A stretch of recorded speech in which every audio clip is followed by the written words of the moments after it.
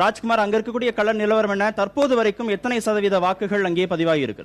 கார்த்திகேயன், வட சென்னை மாவட்டத்தில் இருக்கக்கூடிய திருவிக நகர் தொகுதியில் தற்போது நாம் இருந்து கொண்டிருக்கிறோம். இந்த இடத்தில் திருவிக நகர், பெரம்பூர் மற்றும் இருக்கக்கூடிய தொகுதிகளில் இறுதிக்கட்ட வாக்குப்பதிவு செலுத்துவதற்காக வாக்காளர்கள் வந்து கொண்டிருக்கிறார்கள்.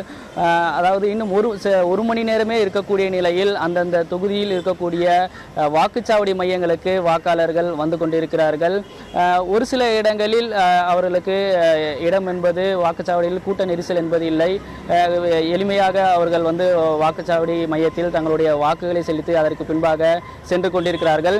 இன்னும் ஒரு மணி நேரமே இருக்கக்கூடிய நிலையில் அந்தந்த வாக்குச்சாவடி மையத்தில் இருக்கக்கூடிய இடங்களுக்கு போலீஸ் பலத்த பாதுகாப்பு போடப்பட்டிருக்கிறார்கள்.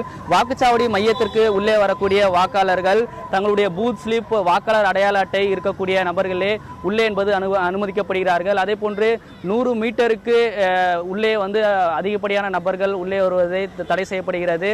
மிகுந்த கண்காணிப்போடு இருந்து வருகிறார்கள். வாக்காளர்கள் பொறுத்தவரை காலை 7 மணியிலிருந்தே தங்களுடைய ஜனநாயக கடமையாக வாக்குப்பதிவை அவர்கள் வந்து செலுத்தி வருகிறார்கள்.